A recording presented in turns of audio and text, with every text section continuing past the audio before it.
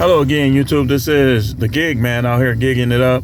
I want to make a real quick video about how DoorDash can solve this no-tip problem that we Dashers are experiencing, creating less profits for the Dasher. Now, we have a thing out here, no tip, no trip.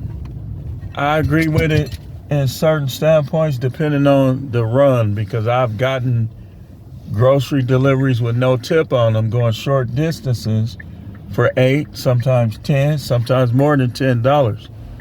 So yeah, I agree with the no tip, no trip on certain orders. But I want to talk about how DoorDash can solve this issue. And if you look, like my son orders a lot of DoorDash and he looks at the breakdown, and DoorDash actually up prices, upsells, if you will, items purchased, like from places such as McDonald's, so on and so forth. And why is this car like on the side of me like a weirdo?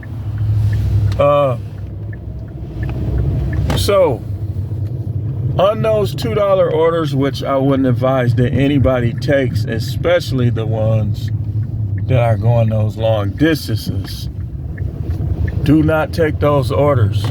Why? Because on some of those orders, DoorDash makes like a $15 profit from the customer. And that's what I want to talk about. If you're making, let's say for instance, the customer has a large order. They don't like tipping. They don't want to tip. Well, DoorDash doesn't benefit from that order not being delivered. So what's the smart thing to do, DoorDash?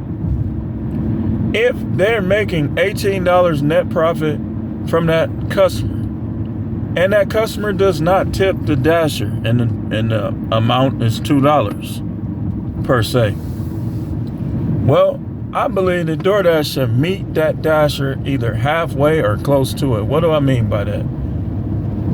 I think that DoorDash should pay themselves extra $7 on an order that they're making $18 from, and make it $9. Now, if they did that, how many of those orders you think will be sitting on the shelf? How many of those orders do you think will go undelivered? Let's say like in Milwaukee, like in this area that I'm in, these people aren't the best tippers. Like I was down in Texas delivering pizza, so on and so forth. They're better tippers down there. Here, you got some good tippers and a lot of bad ones. And you got a lot of people who don't tip at all. So what happens is, think of how many orders you reject on a daily basis because they paid $3.50, $2, $2.25. I reject at least 100 of those orders per day. Now imagine if even with 10 of those, look at him. Like some of these people's other behaviors just show me why they don't tip. Like some people are just badly behaved. Like they just have a poor worldview and bad behavior anyway. But let's say you have an order that's going 5 miles. An experienced Dasher looks at it and it says $2.25. The experienced Dasher is going to reject / decline that order. But let's say that same Dasher saw that order and it comes up as $2.25. He rejects it. DoorDash sends it back to him at $9. Do you think he's going to reject it? Most drivers, most Dashers will not. That's what they need to do. When their fee is only $2 or $2.50 on the delivery with no tip on it, instead of making the driver or the Dasher wonder, I wonder if they're going to tip me in cash, why not just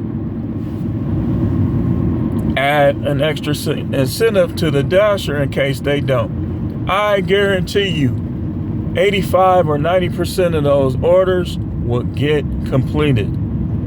But DoorDash they want to keep the whole 18. Like I mentioned, 18. Let's say an order that they're making $18 off of the customer. Why not just make $9 and give, or make $11 and give the other? Well, wait, I'm kind of mixing it up. They're gonna start at $2. You add another $7, that's $9. Okay, so why not just give that dasher $9 and keep the $9 for your profit? Think about it like this. That would be, if you don't do it, maybe 100 orders undone. That's not gonna get done. They're gonna get mad. They're gonna complain. They're gonna cancel. But if you got those 100 orders done, in one city, you have made $900. Now, you add up all the places where people DoorDash, and let's say that were to happen. 900 times 10 is 9,000.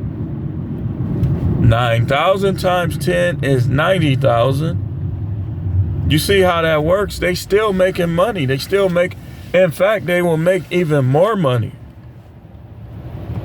The only difference with those people that don't tip is they could be dangerous in terms of lying about not getting their orders, or like some of the areas can be kind of sketchy. I don't know about where y'all at, but that's the case here. Most of those places, 225 is either in a sketchy area